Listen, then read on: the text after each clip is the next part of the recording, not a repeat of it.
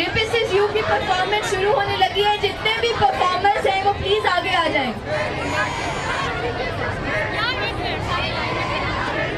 सारे परफॉर्मर्स आगे आ जाएं। ये सब कुछ होगा। खुदा की मखलूक है, जैसे तुम बनाए गए हो वैसे ही औरत बनाई गई है। तो औरत के वजूद की नफी करना मतलब खुदा की नफी, और इसको आज तुम लोगों ने हमारा है।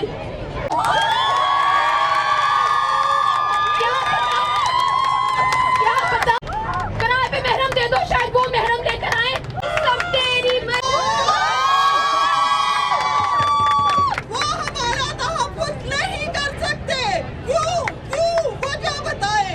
एक औरत मजलूम 2 बच्चों के साथ जा रही है, लेकिन उसकी मदद के लिए कोई नहीं आया।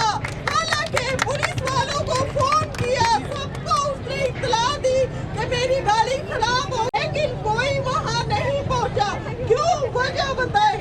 पुलिस वालों को ये जब नहीं बनाया है 2 बच्चों के सामने माँ की साफ हमें चाहिए। हुकूमत को चाहिए कि अपनी जगह से हट जाए।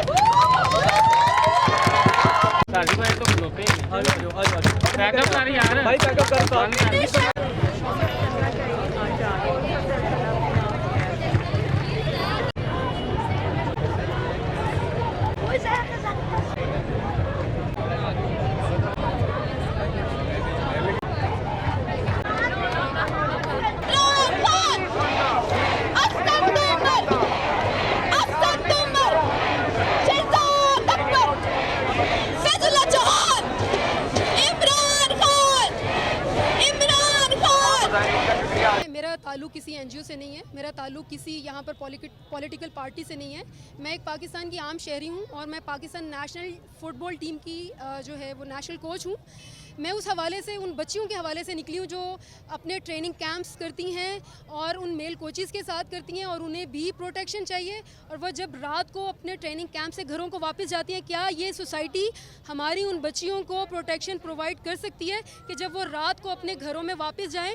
बिल्कुल भी एक्सेप्टेबल नहीं है ये चीज़। जो है रेपिस्ट जो होते हैं इनको फिर इनकरेज करती है कि जो लोग पावर में बैठे हुए हैं उन्हीं का अगर ये स्टैंड है, तो अगर first of all if you not for the victim then you for the rapist. अगर आप विक्टिम को सपोर्ट नहीं, जहाँ हमारी जानों को कोई मतलब तहफ़्फ़ुज़ नहीं है, किसी भी तरह हर तरह से इनसिक्योर है। और ये वाकई में बात सही है कि जॉब्स लेने के लिए जहाँ पर भी जाएँ तो औरतें ही विक्टिम्स हैं। और हमें कोई मतलब मैं ज़ियाउल हक का मैंने क्लिप देखा तो वाकई में उनके दौर में ये सही था ना कि हैंग कर दिया गया था। तो कोई सख्त से सख्त सज़ाएँ दी जाएँ ताकि सोचें, चाहे वो बच्चा है या बच्ची है, जिसके साथ भी ये गलत हो रहा है वो गलत हो रहा है, ठीक है, चाहे वो बेटा है बेटी है। इसमें हम किसी से भी मैं डिफरेंस में नहीं कोई कर रही, लेकिन हमारे लिए इंसाफ होना चाहिए। और मदीना की अगर हुकूमत है तो खुदारा मदीना की हुकूमत को मिसाल रखें सामने।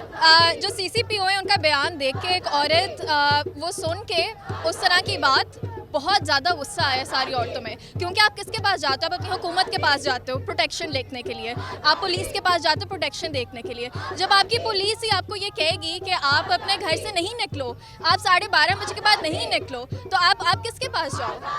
हम इस सिचुएशन में बेबस हैं, हमें नहीं पता हम क्या करें। हम सिर्फ रोड पर निकल सकते हैं, हम सिर्फ उनको कह सकते हैं हमें प्रोटेक्शन चाहिए। That's all that we can say. यहाँ सारे जो लोग हैं, औरतें, ख़वातीन, मर्द, वो सारे इस वक्त इतने गुस्से में, उनके अंदर एक उबाल है गुस्से का, क्योंकि हमारी हुकूमत हमारे साथ है ही नहीं। कोई हमें बता ही नहीं रहा कि हम आपके लिए यहाँ खड़े हुए हैं, हम आपको प्रोटेक्ट करेंगे। No one is there for us, no one is taking that stand for us, and we are here to do that for ourselves. Government rather के उस स्टेटमेंट पर कोई आके कॉन्फिडेंस में ले, लोगों के साथ बात करे, रादर वो आके उसको जस्टिफाई करने के लिए फेडरल गवर्नमेंट के लोग आके बातें कर रहे हैं। कभी कोई कैबिनेट मेंबर जो है कुछ स्टेटमेंट दे रहा है, मतलब कोई कुछ दे रहा है। It's somehow it's very bizarre. ये बता दीजिएगा कि कहा ये जा रहा है कि 2 मुजरिमान की शिनाख्त कर ली गई है, तो क्या आप समझते हैं कि वाकई में किसी और को बलि का बकरा नहीं बनाया जाएगा अपने ऊपर से प्रेशर ख़त्म करने के लिए, और हकीकत में वही मुजरमान जो हैं वो पकड़े जाएंगे जो इस वाक़े में मुलव्वस थे। दूसरा ये भी ऐड कर दीजिएगा कि जो आज जो सर उठा रहे हैं, ये आवाज़ें सर उठा रही हैं कि सरेआम फांसी दी जाए, तो क्या आप समझते हैं कि जो मौजूदा हालात हैं या पार्टीज़ हैं इस वक्त जो बैठी हुई हैं वो इस तरह का कोई बिल जो है वो लेके आएंगी? क्योंकि कुछ वज़रा की जानब से भी कहा जा रहा है कि वो इस तरह का बिल जो है वो दोबारा से असम्बली में लेके आएंगे। तो क्या समझते हैं कि सारी पार्टीज़ एक जगह होकर जो है कोई इस तरह का कानून पेश करेंगी, पास कर सकेंगी? देखिए, जब भी कोई ऐसा हीनियस क्राइम आता है तो फिर ये एक एक्सप्रेशन ऑफ एंगर है। ये जब आप जब गुस्से में होते हैं तो आप ऐसे बात करते हैं कि ये जो इस जुर्म के मुर्तकिब हैं इनको आप सरेआम सज़ाएं दें। इसमें आपके मिनिस्टर्स की स्टेटमेंट्स भी आ रही हैं। इसकी बाज़गश्त हम पहले भी सुनते रहे। अब जब वो बेटी ज़ैनब का केस था जो कसूर में थी, या उससे पहले भी जो चाइल्ड अब्यूज़ के केसेस थे कि इस तरह के मुजरमान को सरेआम चौकों में लटकाया जाए। लेकिन मेरा ये ख्याल है कि इनकी एक इफ़ेक्टिव प्रोसिक्यूशन गवर्नमेंट को इस पे फोकस करना चाहिए, इन फेडरल मिनिस्टर्स को इस पे फोकस करना चाहिए दैट एक प्रॉपर इन्वेस्टिगेशन हो, प्रॉपर उसकी प्रोसिक्यूशन हो, उनको एक स्पीडी ट्रायल के ज़रिए सज़ा दी जाए और लोगों की जो लाइफ एंड डिग्निटी है उसको सिक्योर किया जाए, शाहराओं को सिक्योर करें। यहाँ पर मेरी बेटियों बहनों को और ये इन ख़वातीन को ये हक़ होना चाहिए कि जब चाहें घर से निकलें, जैसे चाहें निकलें। ये क्या कदगन हुई कि इतने बजे निकलें, इतने बजे ना निकलें, इस रास्ते से जाएं, उस रास्ते से ना जाएं? What is this are we standing in a 21st century, या हम कुरून वस्ता के किसी ट्राइबल दौर में बैठे? ये इनको बात करते हुए ख्याल करना चाहिए। And this all whatever they are saying, जिस हद तक ये बात है कि ये सज़ाएँ सरेआम दें और इनको चौकों में लटकाएँ, फांसियाँ दें, तो ये एक एक्सप्रेशन ऑफ एंगर है, ये एक गुस्से की अलामत है। ये समहाउ हर इस किस्म के वाक़े के बाद इसकी बाज़गश्त आती है, लेकिन इस तरह के जराइम के साथ पूरी कौम का सर झुकता है। For goodness sake government to rise to the occasion. और ये जो मुल्ज़मान हैं, आपके पास एक दुनिया की बेहतरीन फोरेंसिक साइंस लैब है जो पाकिस्तान में है, दुनिया भर से लोग यहाँ पे अपने एविडेंसेस भेजते हैं। उसकी मदद के साथ आप साइंटिफिक बेसिस पे एक कॉन्क्रीट बेसिस पे आप आइडेंटिफिकेशन ऑफ सस्पेक्ट करें, उनको पकड़ें, उनको प्रोसिक्यूट करें, put them behind jail, speedy trial के ज़रिए उनको सजाएं दें। यही इफेक्टिव काम होगा करने के लिए।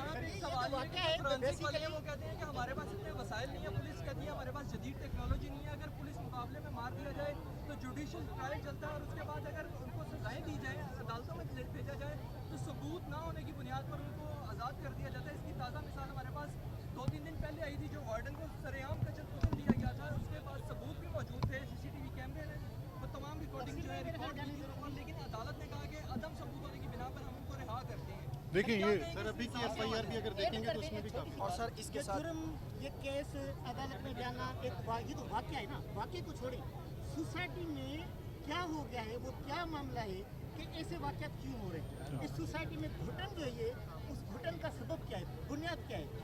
देखिए, जब स्टेट अपना एज अ होल, जब स्टेट अपना फंक्शन छोड़ती है और वो जगह छोड़ती चली जाती है, और फिर ये क्रिमिनल ट्रेंड्स जो हैं इनकी सरकोबी के लिए आप एक इफ़ेक्टिव सिस्टम प्लेस नहीं करते, और फिर ये इस तरह के पुरतशद्दद वाक़यात, इस तरह के हीनियस क्राइम्स जो ये कल हुए, इसके बाद मैं मतलब ऑनेस्टली स्पीकिंग मेरे से I have no words to say on that कि इतना शर्मनाक वाक़या, और वो भी लाहौर शहर में, वो भी उस शहर में जो सबसे ज़्यादा सर्वेलेंस का सिस्टम रखता है, उस शहर में जहाँ पर पुलिसिंग सबसे ज़्यादा है, उस शहर में जहाँ पर मोबिलिटी ऑफ पुलिस सबसे ज़्यादा होनी चाहिए थी, उस शहर में जहाँ पर सिस्टम सबसे ज़्यादा इंटर कोऑर्डिनेटेड होने चाहिए थे, उस शहर में जहाँ पर आपका PPO बैठता है, IGP बैठता है, आपके CCPO का ऑफिस वहाँ पे है, पुलिसिंग एवरीथिंग इज़ अराउंड। एक मॉडर्न सिटी के अंदर इस तरह का वाक़या it leaves a lot of question marks, बड़े सवालिया निशान छोड़ के जाता है। अब ये इसके ऊपर इनको एक इफ़ेक्टिव और एक अच्छी गवर्नमेंट को वो इन्वेस्टिगेशंस करनी चाहिए जिनकी बुनियाद पर आने वाले वाक़यात की रोकथाम के लिए भी इसके अंदर कोई किरदार अदा किया जाना चाहिए।